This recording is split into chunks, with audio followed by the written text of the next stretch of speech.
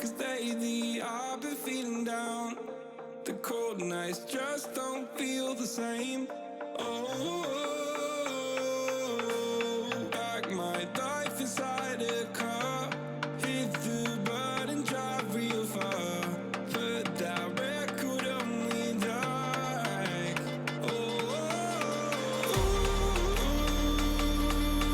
I'm dreaming of you, I dream of a new night.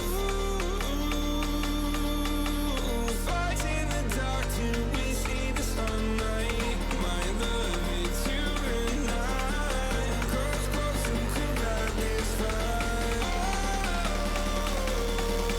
So reach for the stars, 'cause we're aiming high.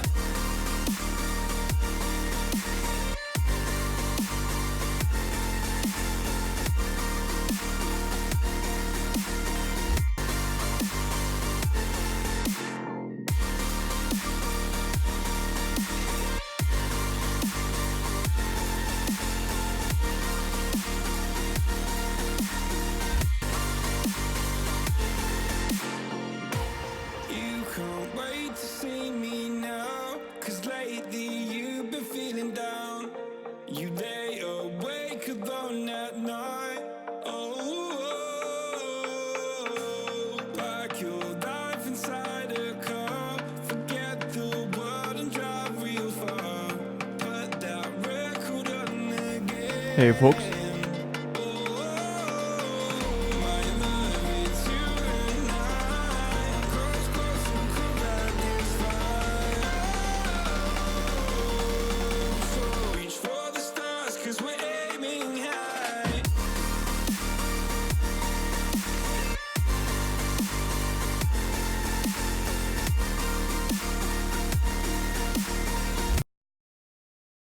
alright. Hi there everyone. I'm going to be reviewing the last few days of streams, looking for good clips, and then in the meanwhile we might mix in some politics. But we've seen some interesting streams over the last couple of days, and I may also review some of the topics that will come up on the Luke Ford Show, starting soon, starting in only an hour and 13 minutes. So, let's see. Not a linguist trap. I'm very happy. You You did say you wanted blind faith. I don't know which stream it was now. Yeah, I'm just saying that Well, perhaps you'd like to tell us. I've grown Oh, so I accustomed. think it was Walrus's stream. I've grown so accustomed to being lied about that No. Are you saying you didn't say that? Are you saying you didn't say that? I don't know. I You don't don't know. know what you've said now? Whatever you're accusing me of, I'm just going to go ahead and say I've spent so much time being lied about that I don't really care. Well, why don't you deny it if you didn't say it? Okay, you're trying to get me caught up into linguistic traps, and I don't really care. No, it's not a linguist trap. I'm very happy to tell you what I thought you said, and you can deny. Seems to be Claire interacting with Eke here, and I just thought it was interesting to see the same kind of cat and mouse game being played, where Eke will kind of deny that he's said really anything. I think he's fairly clear about this. He doesn't want to be nailed down when it comes to certain issues. Obviously, that relates to terms of service. It also relates to just broader questions about how one is regarded in society. But I think that that's a large part of what's frustrating about talking to him, is that he's not really laying his cards on the table, which is understandable. It. You said that you didn't even care if Christ didn't exist. Claire. What did you say? Maybe you don't remember. I think it was on what was the stream. Hopefully he hasn't deleted it. I have to get going. You're going to continue to attack me, and you're going to continue to lie You don't even want to defend yourself, and you're still the victim. So if you are attacked and you don't defend yourself, not even verbally, what does that mean?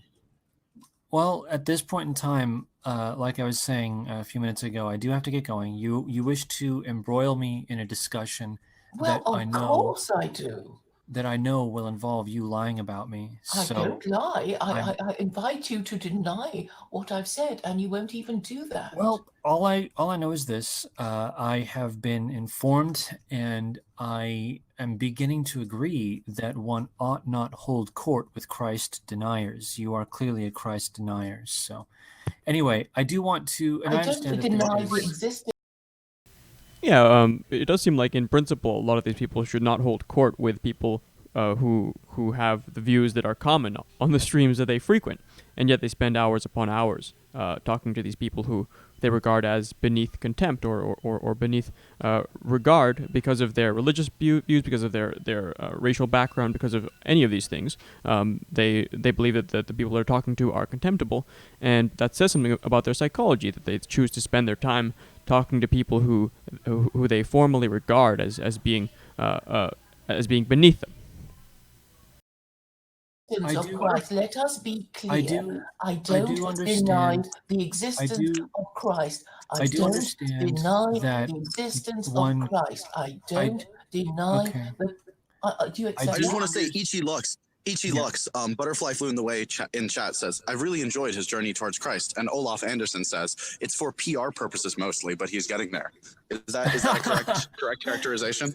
Olaf is here. Oh, I'm excited to see Olaf here. Oh, hey, Butterfly. Hey, Olaf. Oh, man. I'm like really, I want to stick by and chit chat some more just because I know that Butterfly and Olaf are here, but like, alas, I must get going. I do want to say one thing though. I understand one could easily charge me with being a hypocrite in that Babylonian Hebrew. I mean no offense when I say this, but I mean we are on opposite ends of this spectrum. You are a Christ denier de facto, and so when I say that. All right, that's enough of that for now. I'm going to switch over to reviewing some of my own clips for the purposes of developing some of the highlights that I've been requested. So let's see if I can find some of the spicier parts. And if anyone wants to come on, there is an open Hangout link. I will send it to the chat right now. Here we go. Oh, Spiritual Mamzer says in the chat that Eke is getting more and more cringe. I'm curious about his evolution. I've seen him quite some time ago, but I don't really know what to make of a lot of his statements, because I see too much. ADL's mission statement is to defend. I see too much of him basically being almost full revolutionary, but then sort of retreating into Christian notions of turn the other cheek, and so it's sort of difficult to come to grips with what he believes, except to kind of caricature him as being a really bad faith actor.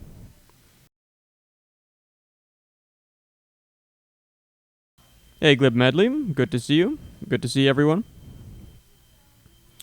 I'm going to see if I can get this working. Defend the Jews, so the ADL is 100% inconsistent, where they will promote opposite policies. They'll crack down on one person for doing this, and they'll crack down on the other person for doing the opposite. They're just like Kyle. Kyle's like here to defend the Jews, and you're pointing out, well, you're not being logically consistent. Like you just I think This was one of the funnier parts of the night, where basically Duvid came on, and he has this kind of passive-aggressive way of criticizing people. He says that I'm not logically consistent, or he implies that I'm not logically consistent. I don't think he ever pointed out how I was logically inconsistent, but yeah, that was an interesting part of the night. Eke is paralyzed by his Canadian roots, says Glib Medley. Interesting. Yeah, I thought he lived in California though, right? Like he's a Californian, very upset about Californian gun laws. That was all that I knew about him. Yeah, the volume is very low. I'm not sure if that's the tape or if it's Duvid himself. Let me see if I can bring it forward. Old Civil War, so I have to head out for now. But it was good talking to you, gents. So so this is the part where I'm just talking about the Cold Civil War. Oh, someone's in the hangout. Who's in? Oh, it's Luke Ford. Oh, and Luke Ford is gone. Luke Ford was briefly in the hangout. Hi, Luke. Or it was an imposter. Perhaps an imposter was in the hangout. But such mysteries will have to wait. I want to find clips. That's what I've been tasked with doing. I think that I might be able to. I might go through this chronologically, and see if I can find any blood sports. Hey there, folks. Just going to be doing a stream about the news. and also perhaps delving into some discussions that happened yesterday on the Babscast. So hope you guys enjoy that. But there's going to be a couple of minutes of silence while I get things organized. So if you're watching the stream not live, who wants to hear silence? I find astonishing, Chris, is that the people that are so enraged about an effort to find any true and actual knowledge of foreign corrupt dealings related to Ukraine are the same ones who've been using the foreign-produced dossier by a British spy to put this country through unending political... Sure, and Chris's question has not been answered. I'm sure he's going to pursue this more. But it seems to me like one potential answer is, well, aren't you happy that Trump is using private means in order to investigate this as opposed to public resources? If you believe that this investigation is politically motivated, then it seems like he should use his own resources in order to further it. His own campaign's resources should be behind this rather than the organs of the state. I mean, there's also the point that I didn't pick up on or didn't mention, which was just the point of Stephen Miller himself, which is to say, yeah, you guys are using foreign information as well. But that's not what I'm here for. I'm here for the blood sports. Show there for a while. And yeah, he would be on the road delivering blood to airports and shit like that. And he was funny. He would joke around. Yeah, he seems like a very jokey character. At least on the Babscast he was. Yeah, he has some pretty strong opinions as far as I could see. But he also really hates the dissident right overall. Yeah. An interesting character, but yeah, I guess I don't think I would get along with him very well, frankly. Probably not. It's hard to tell where these weirdos are coming from. These random weirdos. It's hard to tell where they're coming from. It's hard to tell exactly, what kind of niche ideas they have going on in their head. And but it's interesting to draw them all out. So James is one of them, for sure. Yeah. Well, exactly. There is this like very rare archetype which finds itself into these places like way more often than you find them in real life. And it's all these kind of Jew obsessed, like extremely negative thinking people. The thing is about Luke's sphere is there's a few Jew obsessed people, but they're part Jewish themselves for the most part. It's been the joke. It's Luke's sphere is full of Michelings, right? Everyone's got something. Everyone's got some hang. Everyone's got something is I think closer to right. There is like a tendency as Luke has talked about for people who are spending a lot of hours on online streams could be quite unusual in various ways, and especially I think that this shows up in terms of having grievances of one kind or another. I think that the religious side of things is underestimated in many ways. Is this a review of the review? Asks Spiritual Mamser. I might yet do that because I think it is a really funny way of like stretching out content is just to watch your own content or watch a stream, a past stream, and then comment on that. I don't know how many layers deep you can go, but it does seem like like it may be entertaining. Let's see. We have Kyle Fan talking in the chat. Hi, Kyle Fan. Let's see. I'd like to hear Kyle debate Jimmy the Greek. So, Glib, is Jimmy the Greek STFU James? Because STFU James is I think the character I was talking about on the stream. He has some interesting takes. He's really he's a powerful personality, but he does seem to have a very negative opinion of me, for instance. Hang up. Yeah, or Hispanic ancestry or something, some kind of zinger in there. Yeah. That's right. Very typical of these spheres. Restarting video. Yeah. Okay. Rectify that. Contextuality. Look at this cool house. Hey guys, look at this cool. I didn't even realize what was happening. Okay, so I was actually watching this and commentating on it with Kyle Fan. This wasn't even me live participating in the. So we've already gone 2 layers deep here. Let me see if I can find the actual blood sports themselves, because those were the more interesting parts, I think. Let's see if I can get to that. At some point I hop into the Babscast itself, I believe. Yeah, here it is. Has to be here. Oh, I've been here. Okay. Yeah. Oh, cool. So maybe we can have a period where you had the ban on cousin marriage expressly purposed to create a better society, and many of the projects to get people reading and get people educated were priestly projects, and so this is an example of priestly power moving things forward. And so you can also have examples where terror moves things forward, where military might and desire for glory moves things forward. And I think that this might be clippable. Actually, this is one of my favorite points. And this stream seems to be the one where me and CERN talk for a long time, and that was quite gratifying. I don't know if it gets as many viewers as Bloodsports, but I think that talking to CERN, talking to people who I can get along with, is really a lot more spiritually satisfying at the very least. Spiritual Mamzer says, "Wrench me, I'll give you the other Babscast link." Well, not yet, Spiritual Mamzer. I don't need any other links right now. What I'm doing right now is I'm trying to get clips. I'm going to try to fashion together some highlights, and then I'm going to put those on my channel. So I'm fishing through my own videos first. Fletcher does not like Kyle fan. Oh, that's a shame. Well, you should interact with Kyle fan a little bit. There are a couple of Kyle fans though. There's the Kyle fan that has an avatar of my face, and there's the Kyle fan that's been in the stream. Mike says, "I love how triggered they get. They do seem to get pretty triggered." And that's, I think they were pretty successful entrepreneurs in addition to being relatively intellectual. Mm-hmm. Yeah, well, I mean, I think the lines are drawn differently. Like, they were upper class, basically, is what you're saying. They were right. And so, like, you couldn't really run from the lower class as much. Yeah. Or there wasn't. Not that you can now, but, like, I think that you were talking about the issue of, like, what class people come from in terms of the presidency. So I've made the point that they're mostly either lawyers or military men in the past. Well, at least for the past little while. But what you've seen Trump kind of come in and represent the business side of things. And that's kind of an invasion into that sphere that hadn't previously been undertaken.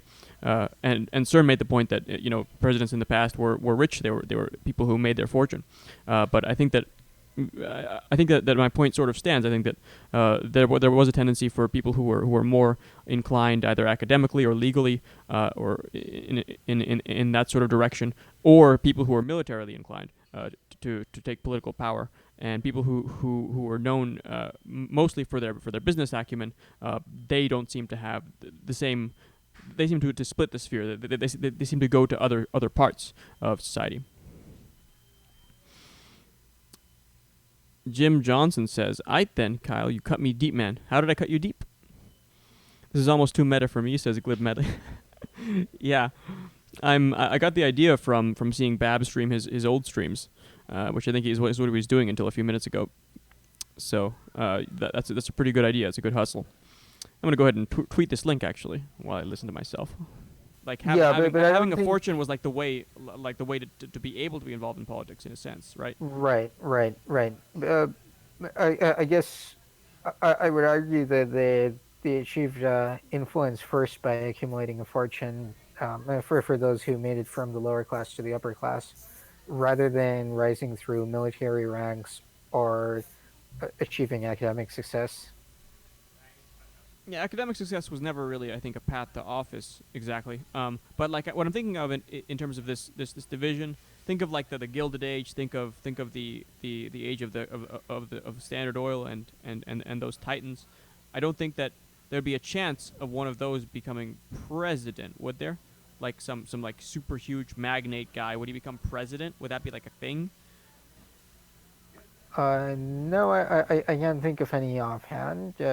I think they had a lot of the time. So Ross Perot was an attempt at that, and then Trump was a second attempt, in my view, of that same thing.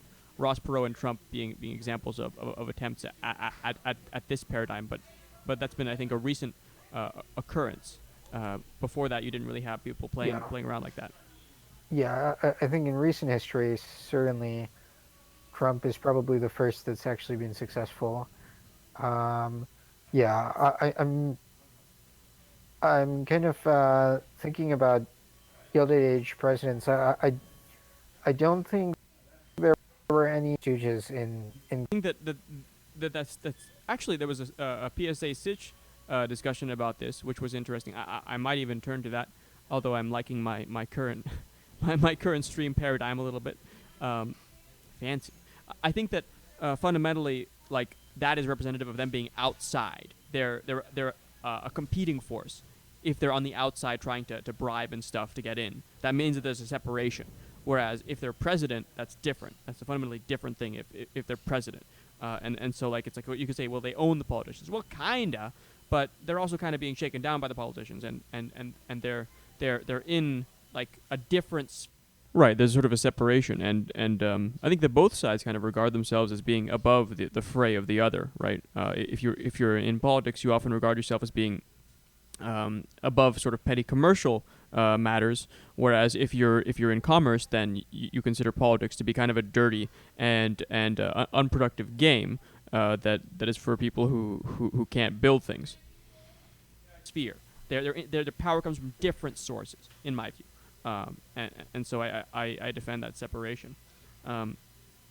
Now, but anyway, back to my point, which is really about like the motivations that drive things forward.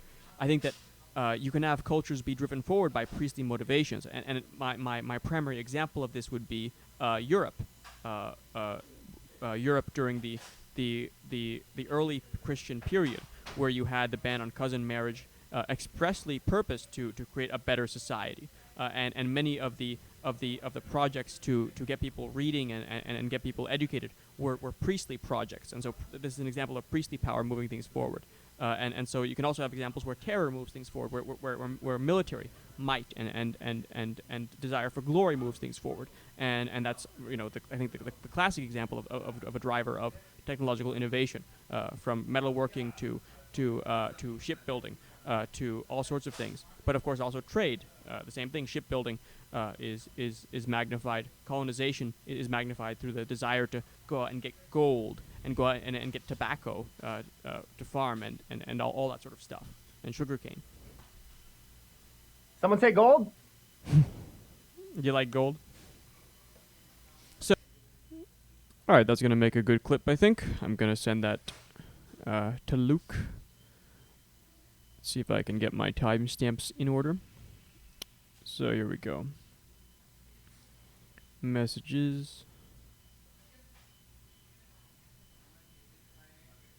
See if I can find that. Yeah, but yeah, I'm interested to hear, now that I have a live audience, what do you guys think about that point? That point that you can divide human motivations several ways. You can divide human motivations into into priestly motivations, kind of your do-gooder / principled motivations. You can then look at greed, and then you can look at fear. And it strikes me that that these three motivations end up propelling people to successes or to achievements one way or another. And some of them are maybe more practical than others in different scenarios. So right now it seems like people are really hard to scare, because the last time that there's been a big war has been a really long time ago. So the Soviet achievements were the result of well-earned terror in the face of war, which wiped out a huge fraction of the population. As that grows more distant in the rearview mirror, fear is going to be less of a motivator.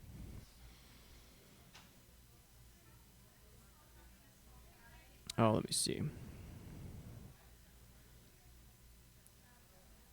I keep on looking at the chat, at the old chat. Here we go. I have a friend who works with Cave. I said in one of the episodes. Don't know what that is. See, the Iranian director Cave Zahedi made a recursive documentary with each episode a remaking of the previous. Brilliant.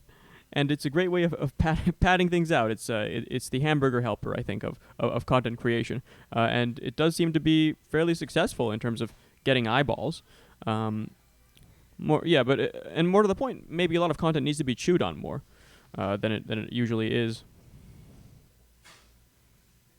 Judas Fly Chai says Kyle is a frightening person. Why am I a frightening person? What's frightening is he has a coherent ideology. Well, I think that shouldn't be frightening. I think that in fact you should be more afraid of the incoherent who manage to bring a lot of conviction behind incoherent ideas. Those can be non-aligned in the parlance of AI researchers. Alignment is difficult.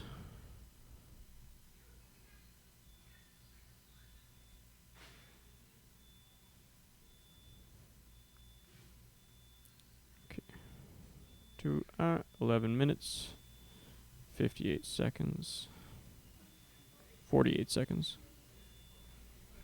There we go. Yep. I'm going to keep playing this. So Kinda, yeah. So you have a situation where there are all these. I think that these are like the three major motivations that I see for driving things forward, the military, the commercial, and the priestly, and they all at certain times were like the dominant way of moving things forward. But right now, commerce looks like the horse to back, because you're seeing these commercial successes, and it looks to me like we can go all the way with commerce if we have to. And so it's not that I'm like a partisan for commerce, abstract. All the way to say a future where humanity rises from the earth. Yeah. And I think that in addition to this sort of attempt to distill down motivations for progress, I also think it's useful to distill down motivations for morality. And I've taken a lot of encouragement, a lot of guidance from Haight's moral foundations. Let's see if we can get that up here.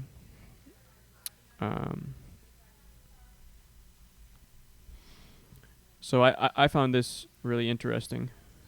Oh. Yeah, here we are. And let's see if it's working. Great.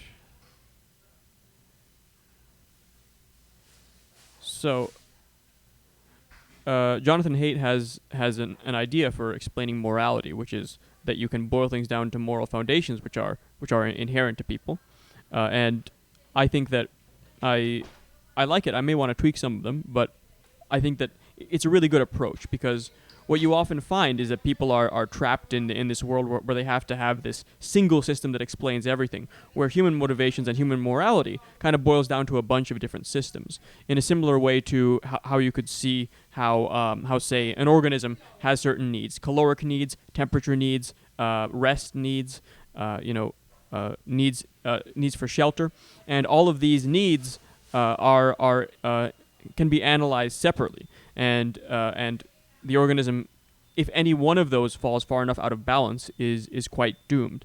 And I think the same thing is true for morality, where if you try to just bunch everything together, you lose a lot of the important things that just go behind what we consider to be moral places and moral people. And so it's not enough to merely be brave and be kind and be all those kind of liberal value or liberal aligned values, but there's also a need for purity that we see in morality, and a need to be clean in ways that are both abstract and concrete. It seems like this is controlled opposition, right? In the Hangout. Hey, hello. Testing 1 2 3. Yeah, someone is in the Hangout, but they are not responding as of yet. So I'll continue my analysis of Haight's moral foundations.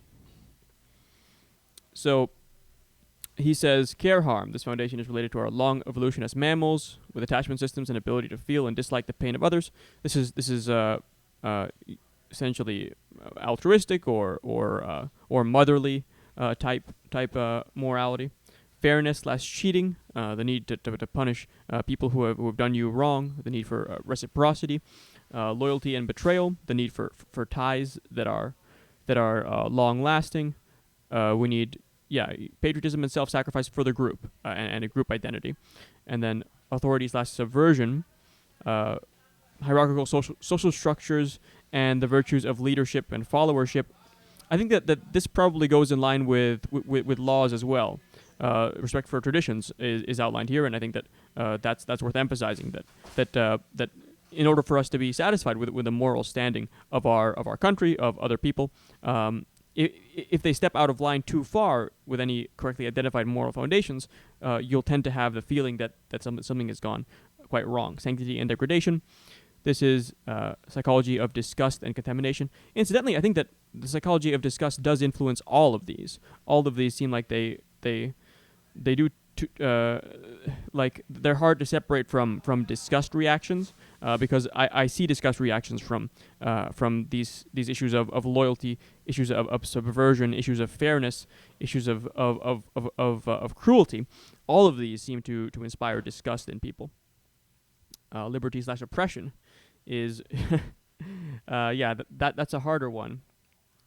It's a candidate, but this foundation is about the feelings of reactance and resentment people feel towards those who dominate them and restrict their liberty. Interesting, but I think that the reality is, the cold reality is that people tend to value authority and a lot more than they value autonomy, and it's hard to say, because when you see the response to, say, your Stalins, your Napoleons, your Hitlers, it is not hate. It is broadly speaking love from the very populations whose freedom they are taking away. Let's see the health of the stream. Judas Fly Chai says, please get an Art Scroll Chumash to read on Shabbat. Shomer Shabbos. Spacetime DCR says, coherent after some significant philosophical assumptions. Spacetime DCR. Here we go. Not so sure about that one. Commerce? Yeah. Wait. Huh. So SpaceX is that. an example of that. For SpaceX has recently moved technology forward in a way that governments used to. Has it though? Sure. Has it really? For sure, man. Hmm. So Well, reusing rockets is like a tremendous change to the way that things work. Even if they fail ultimately to. All right. Let's see. What I really wanted though was not this one. So I need to see if it progresses beyond this later on. The tropical climate and the mosquitoes, like they were really quite vicious, I found. He says he likes. A lot of movie industries in the world.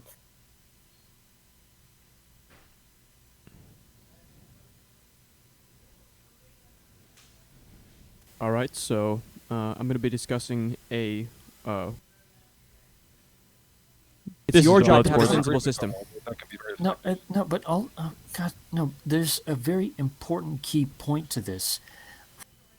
This is the good stuff right here. Like a locust swarm is not a locust swarm for its entire development. What happens instead is that it's a bunch of separate entities that build up their strength separately, very separately, and then suddenly there's a self-catalyzing change, and they all take to the skies in a swarm. And if you try to be the swarm all the time, you're going to run into issues, right? Serious issues. If you try to be the separated entity all the time, you're also going to run into issues. You have to, with facility, shift between these paradigms. And that's kind of a non-answer, but also it just gives you a window into my thinking. I don't think that you can escape the need for either of these paradigms, but I do think that we underestimate the importance of being able to separate and being able to say apportion individual responsibility. That's very important. Yeah, so we did manage to get into some fairly deep conversations, surprisingly, but the blood sports comes later here. We're just saying that you have been immoral for doing that. But the reason people don't push back is not because of some voluntary reason. It's because social engineering and the fact that 80% of people are NPCs, and the fact that most people tend to be pretty insular no matter what their culture is, but particularly white people in America to a certain extent. You add all these factors together, and people didn't resist because they were socially engineered on many different fronts not to resist. Well, this is also, critical. There's also the issue that we weren't told that this was going to happen. I had no clue that this was going on for the majority of my life. And then We were one told day, this was not going to happen. well, yeah, Teddy Kennedy told people that this was not going to result in. Yeah, he made Correct. those speeches publicly. That no, just because we're easing restrictions on non-European immigration, no, there's gonna be no demographic changes. We were told that before they voted for the 1965 bill in the Senate. So they lied. But see, the problem is that ordinary middle Americans are too trusting of their society, their economy, and their government. I mean, because they were just ignorant about a number of things even in 1965. And too And busy. the media making a lied Right. to them. So let me just Don't repeat my necessarily have statement from time earlier. to investigate.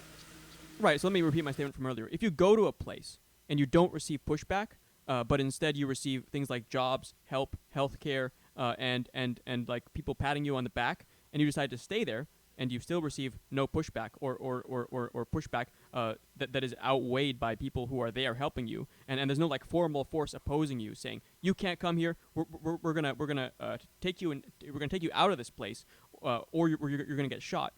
If that's the case, if that's what you're entering into, you are never in the wrong for doing that, whatever the reason be that those people don't do that. Aki rebutted this very effectively before. I wish he would repeat it. Well, I don't think that I made this actually, specific point before, and that's an important point, I think, and one that gets lost is, well, you always have politicians say that they don't blame the immigrants themselves, but at the end of the day, you have things progress to a very dark place online a lot of the time, and it's worth remembering where the responsibility lies. The reality is that any of these people are any of these people who come over to this country, they are making a choice that is based on the doors that are open to them here by the people who are already here, and you would likely do the same thing in a circumstance where you believe your family's well-being could be lifted to the extent that they could expect their family's well-being to be lifted, and so you can be in favor of enforcing the law, but nevertheless realize that things like El Paso don't make any moral sense. They are moral failures. Someone's in Can the you hear me hangout. now, Kyle? Hello? Yes, I hear you. Hello, what's up? Am I Hey, a bit control clear? deficit. Because I'm just testing my tech. Or is it very soft? It's good. Go Okay, ahead. I'm Go ahead. sorry, Go. but Go. I missed. Alright, good to hear, just the man. past- How are you? Pretty good. Pretty good. Like I'm gonna get you I'm on sorry, on like screen if life I is can soon. happening for me right now. So, So- I'm not trying. Sorry. Say that again. Oh, sorry. Can you still hear me? Yeah, I can hear you. I was just asking how you are. Oh yeah, you I'm were. doing pretty well. Soon I'll be streaming on Luke Ford, so I hope that some people will follow me there. But for now, I'm just trying to review some clips and see if I can find anything interesting to comment on. Have you been listening to all of the recent drama? Oh, definitely. Yeah. They were pretty entertaining, I thought. You did well. I particularly was interested in your spats with Eki. Yeah, I was on the stream there as well when he made this meme about white genocide, and that I think because white nationalists tend to think that they're not ultimately responsible, they're not ultimately in power, and the Jews are in power. That's why they can make that argument. That's why they make that argument. Right. They disavow their government completely. They say that their government is simply run by their enemies and has nothing to do with the country that they believe in. But this divorces them, of course, from like all politics. And yeah, as I point out in the discussion, it's an isolated demand. They will shift on a dime to proclaiming their allegiance to various structures of this kind when it suits them. Yeah, it's strange because I just calculated, I don't know exactly how many election cycles since the Hard Seller Act people had the chance to bring up the immigration issue or vote for somebody more right. But it's maybe 10, right? Yeah, and there were people who were talking about this from the beginning who could have been catapulted into political prominence, right? It's not like nobody was talking in the other direction. But, until Trump, you didn't have people catapulted to success by talking about these problems. Do you know anything about Pat Buchanan and his candidacy? And to what extent was he talking about immigration. I don't know much about him. My sense is that yeah, he was talking along those lines quite a lot. Or Because I remember that at some point he wrote a book as well. I think it was in his afterword, and he said that maybe Europeans should adopt polygamy because their birth rates are in decline. So he was quite obsessed by it, for sure. I mean, right. maybe he wouldn't have voiced it always so publicly in a public debate, but you can't say he would be, how would you say, not concerned about immigration. Yeah, I think that a lot of people view Buchanan as being as being a desirable figure on the alt right or the distant right, and his kind of failure I think radicalized a lot of people.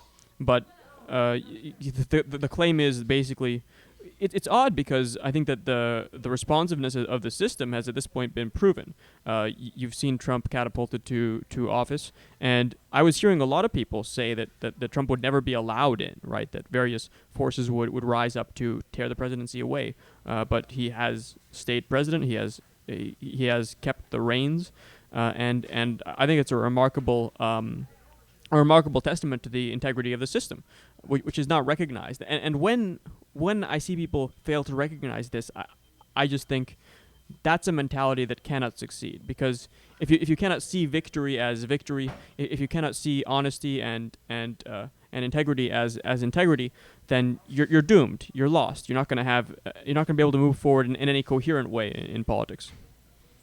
Although Trump has difficulties getting things done, also because there are a lot of people on the other side. I think most of the judiciary is liberal, and there's a lot of push. So, in a way, like I can understand how they're reasoning. So they're not will not say, well, the consensus is not really on our side, and it's complicated, and there's a balance of power, and there are a few factions. Right. But they will say, no, these are these like nefarious influences preventing us from doing what actually every white person wants to do. Right. So and this was funny when I was talking to that older fellow who was on Luke for a long time. I've forgotten his name, but was it Dennis? You mean James? No. Oh, Dennis Dale. Yeah, Dennis Dale. That would be it. That would be him. So yeah, when I was talking to Dennis Dale, he was saying this critarchy, this dictatorship of judges is preventing us from doing what we rightfully should be able to do. But as I said, like, you're not going to call it a critarchy when it's limiting democratic policy pushes, and that's what it has done many times.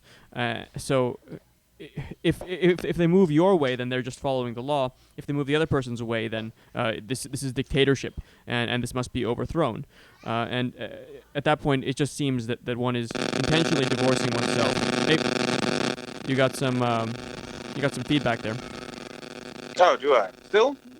Yeah, well, it's getting fainter, but it's like there's like a interference source close to your mic, like an electrical source or something. Oh shit! Yeah, it's new tech, man. I don't know how to solve it.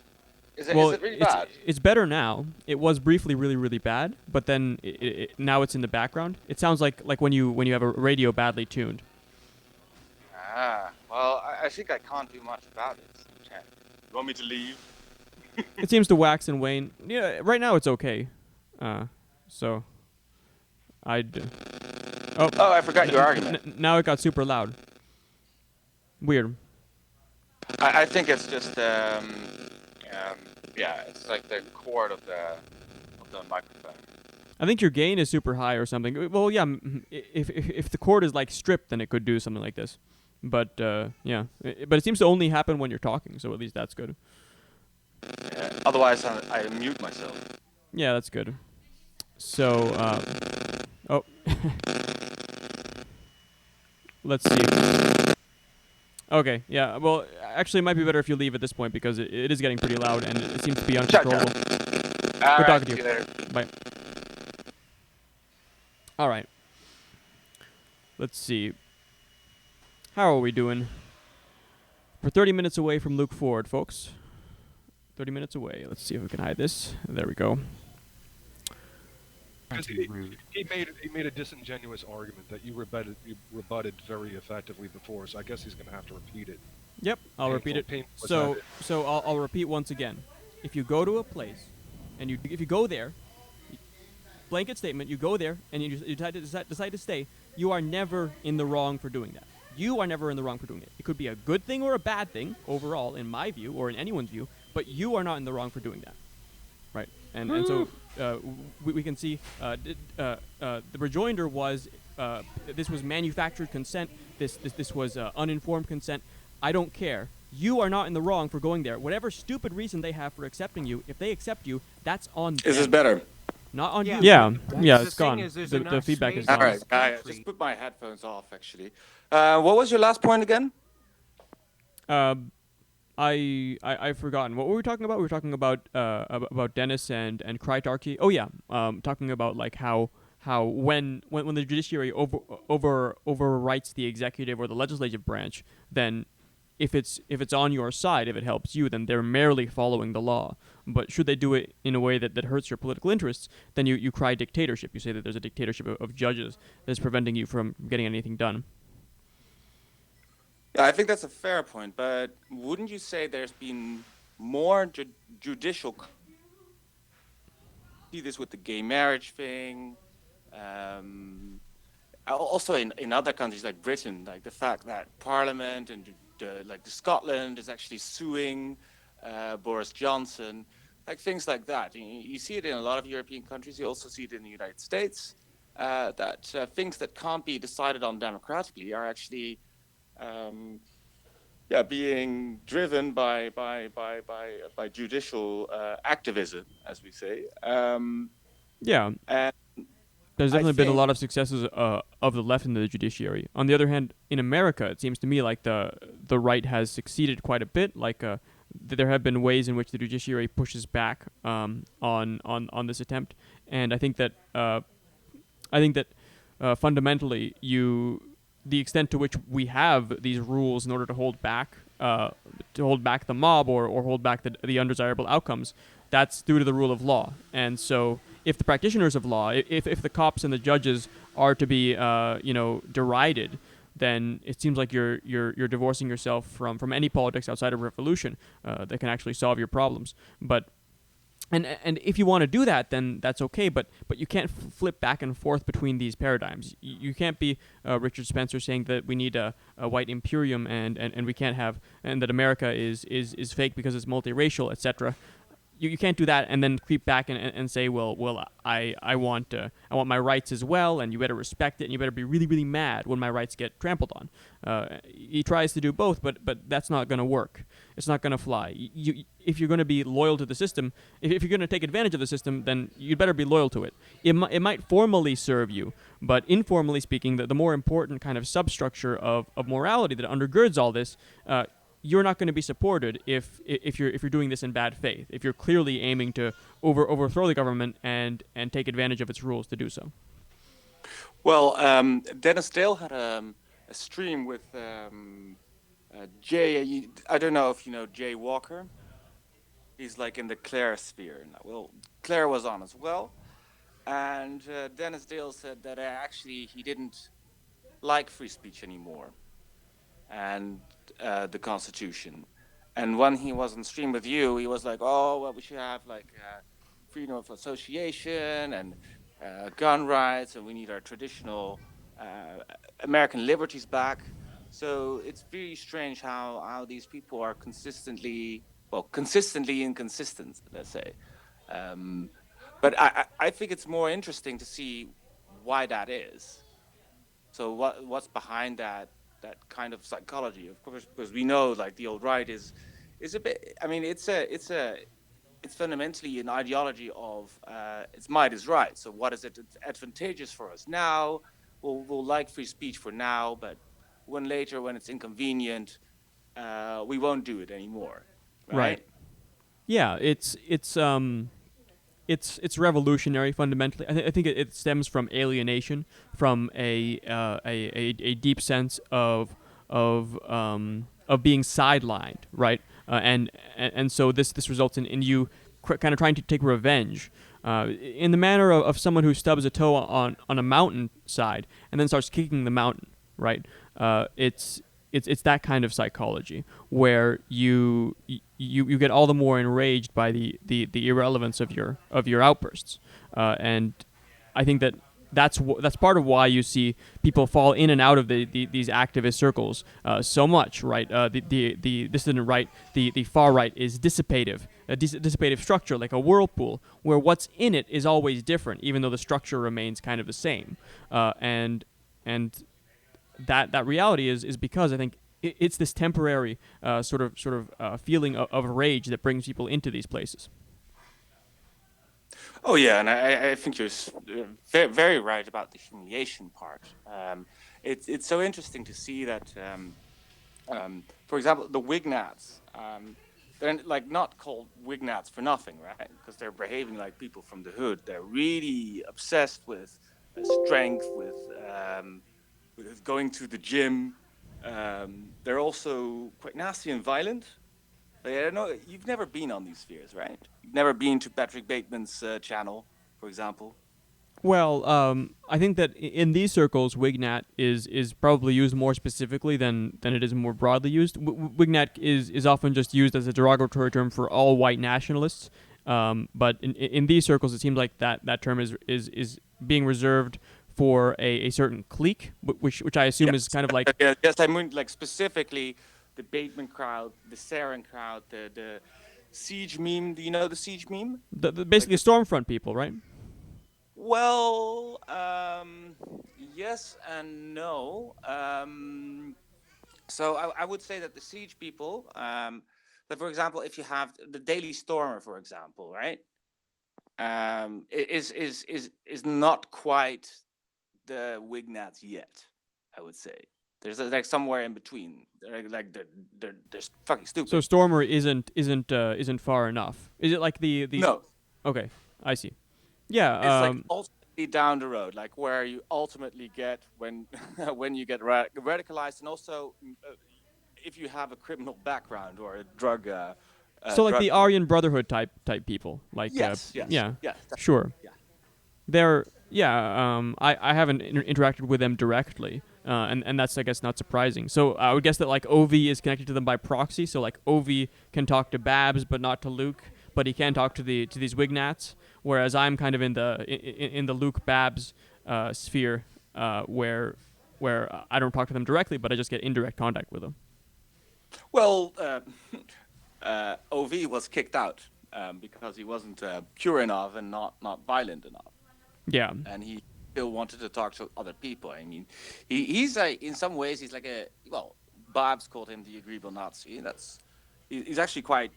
I always think he's quite entertaining to talk to. He's a fun guy to hang out with.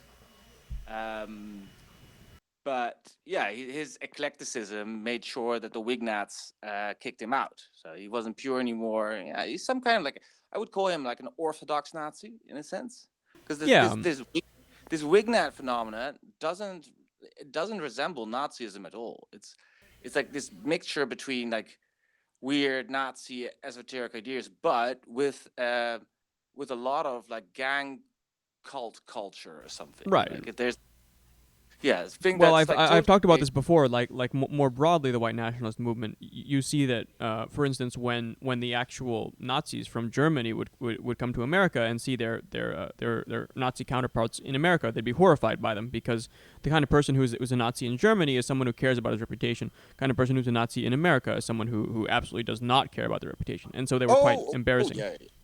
Oh, they would be interned for antisocial personality, most likely. Yeah, so they're idealizing something which is like the essence of antisocial behavior. And I made that point, I think, to Brundlefly like a long time ago on these streams, and I think he was forced to realize that ultimately after enough interactions with those people. Mm-hmm. Oh yeah, they constantly said that they were going to microwave his children when he went on. Yeah, quite remarkable. I mean, it's did you actually hear that directly? Oh yeah.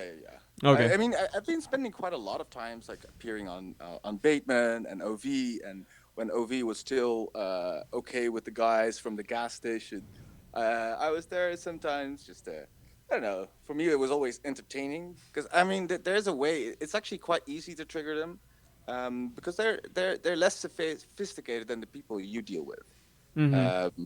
They're less sophisticated than Brundlefly, Yeah. uh, and Matt Melky and people like that. Because and they have such a, I don't know, they they have so much to compensate for, and like, for example, they're trad, but yet they really feel that they, like, if they wanted to, they could get older girls. But then Bateman lives like somewhere remote in flyover country, with no girl in the vicinity at all. So so he's like very proud, like, I can get everything, but then he gets nothing, and you can get under his skin by using that kind of teasing, let's say.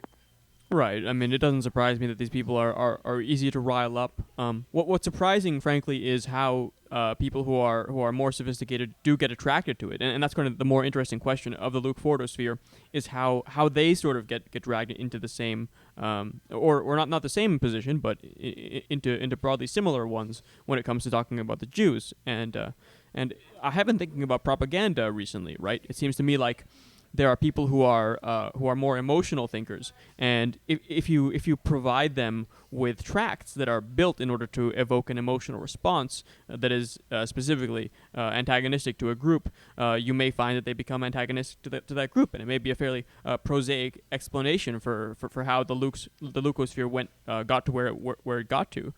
Luke Ford found a bunch of people who were often already disaffected or already very negative about the overall society, and then handed them books or writings which attempt to lay this all at the feet of Jews, and then also inspire an emotional response that is negative.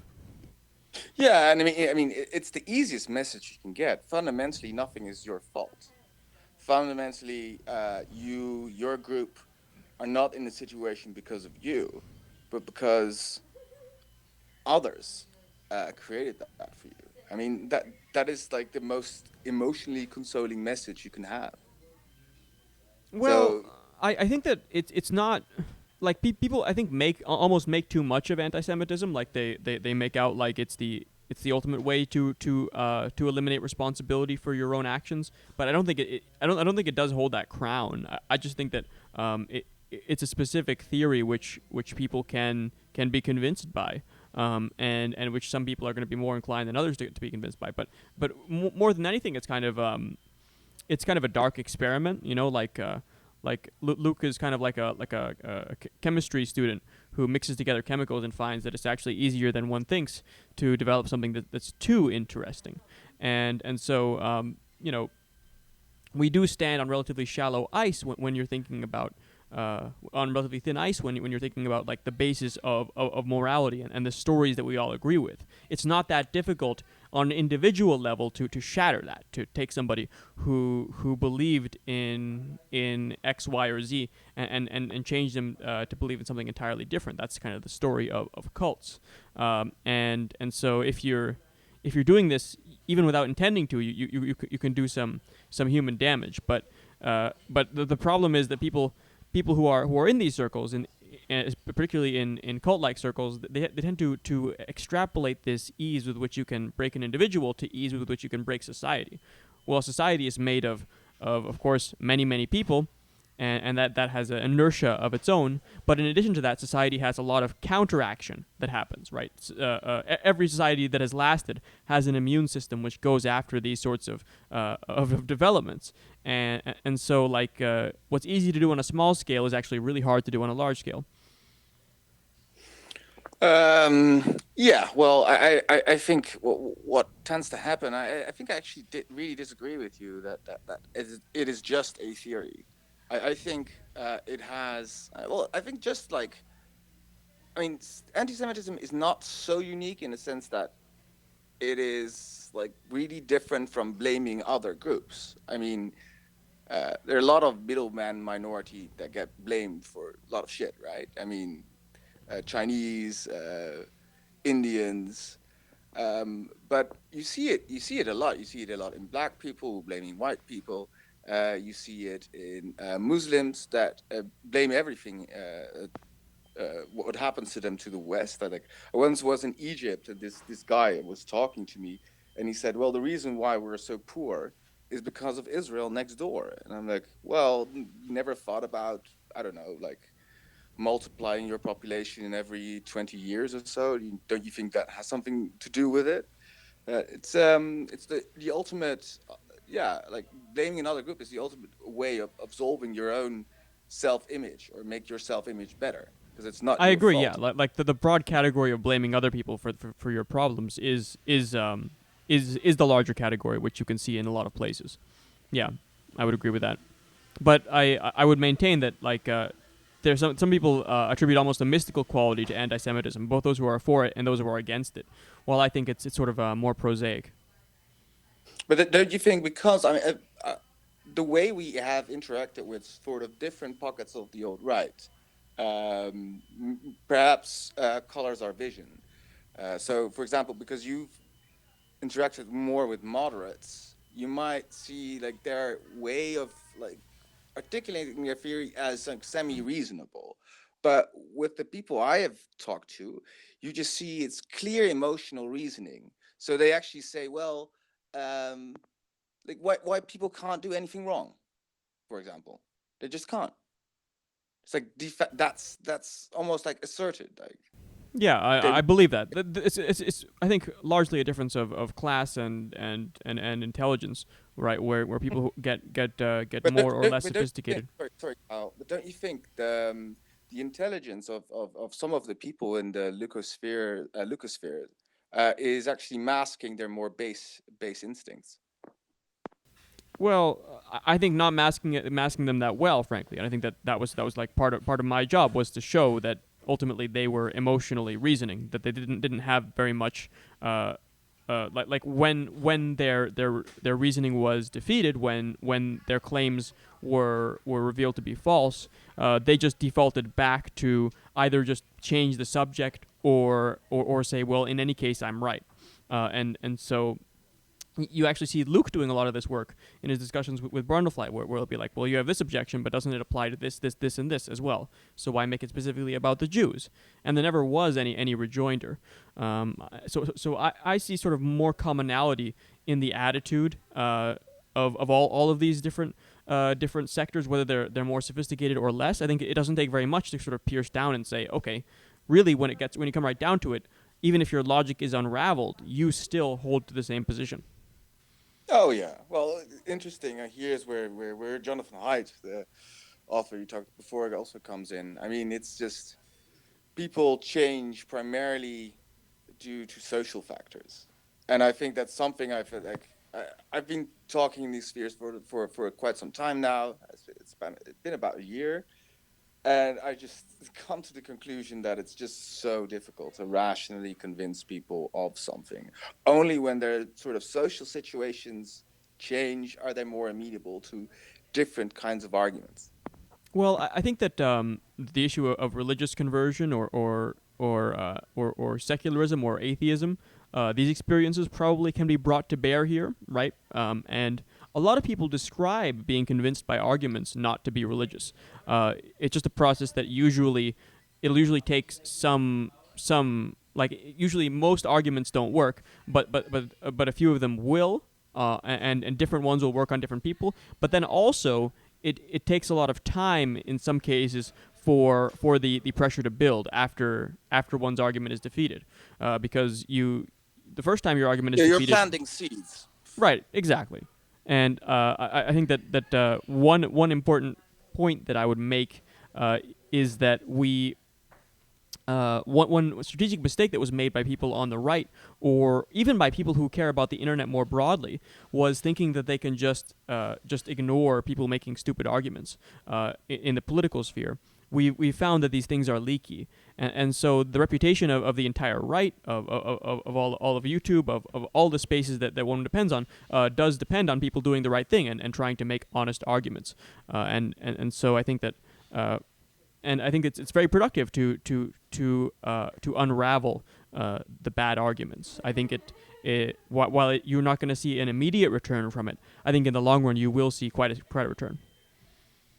Yeah, but don't you think there's something broken, and especially I would say in America, because there's also where the alt-right in Canada as well. It's where the alt-right is most prominent, I would say. There's something in the structure now of our society that actually breeds these people. I think you can try to convince people all you like, but there's just really a lot missing, and there's some kind of decline going on where it really gets its food, let's say, or it's being fed by it. Well, if you look back to the 70s and the 80s, if you just look back at like what at the culture pieces being done back then, I think you saw even more of a breakdown. You saw more kind of oppositional cults. You saw violent militias. You saw a lot more kind of real life problems. People were less sensitive to it, but I think that there was more of it.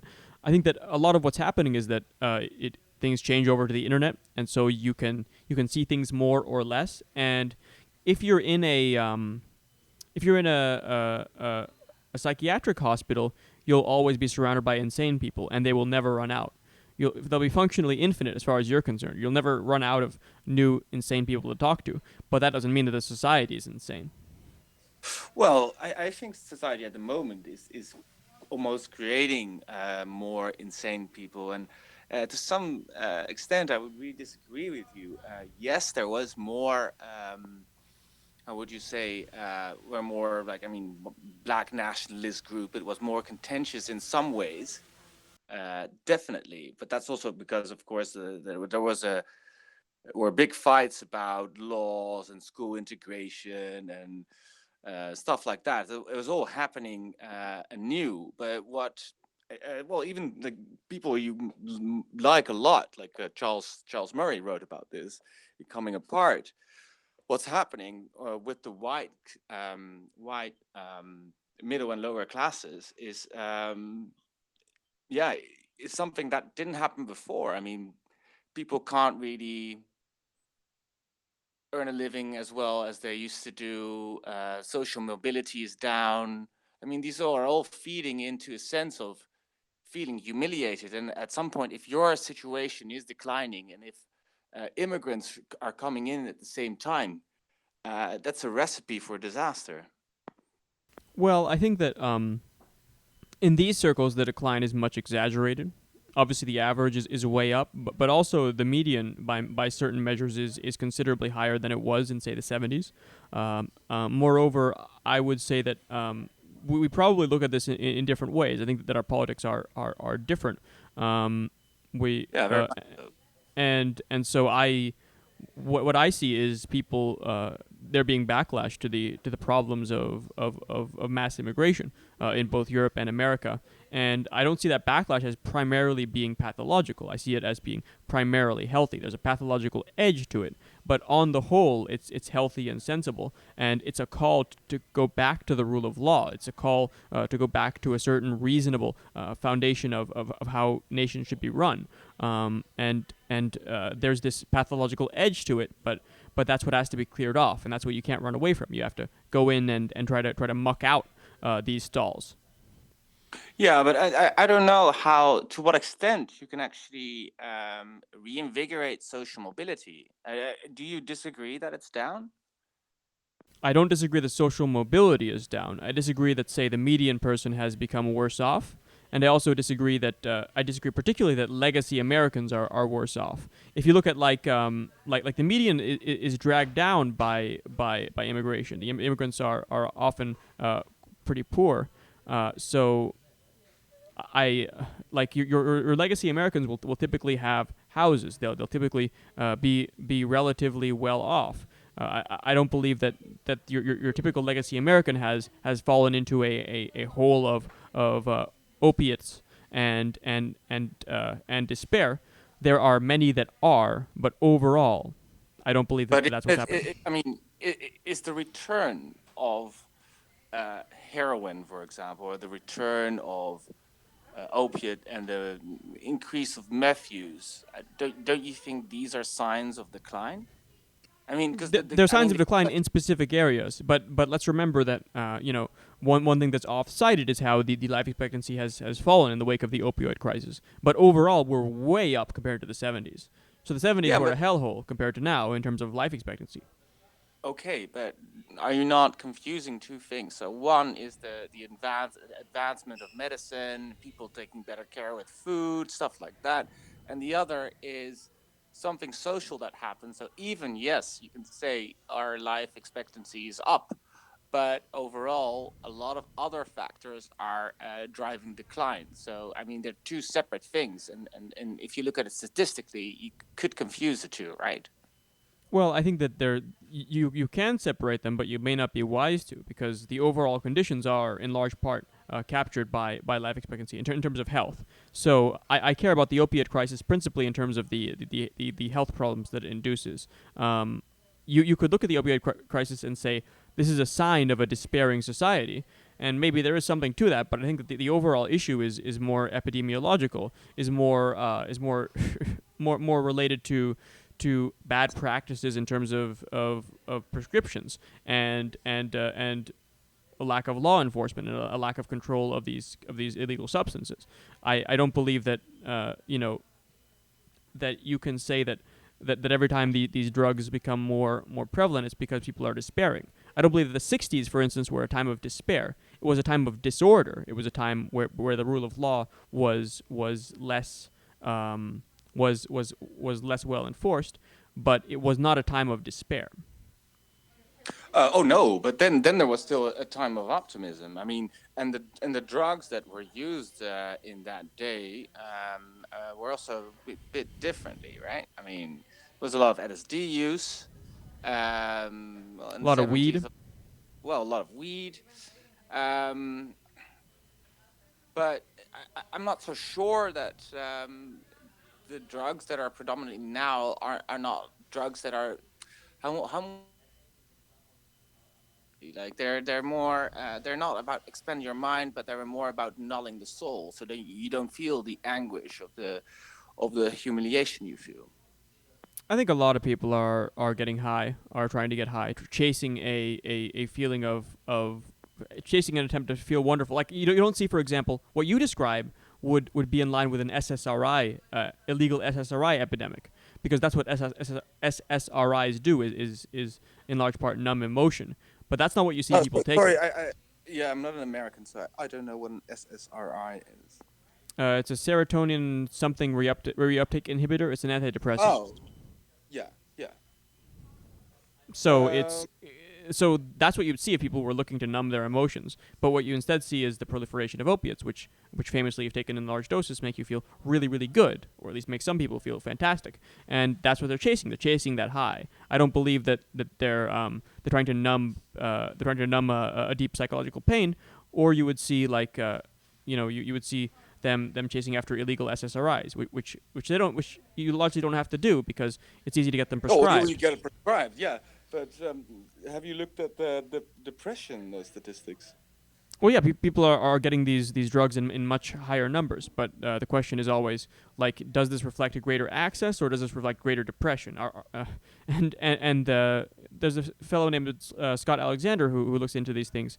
Not this question in so much depth, but he's just said like he's very skeptical of the idea that the past was full of satisfied people because people weren't getting prescribed these things. I think that's it's akin to saying that the past had very few infections because so few antibiotics were prescribed. Well, I don't know, like like Emil Durkheim. He wrote this book, Le Suicide, the suicide. So that was like a beginning of the 20th century, I believe, and actually talked about as income goes up,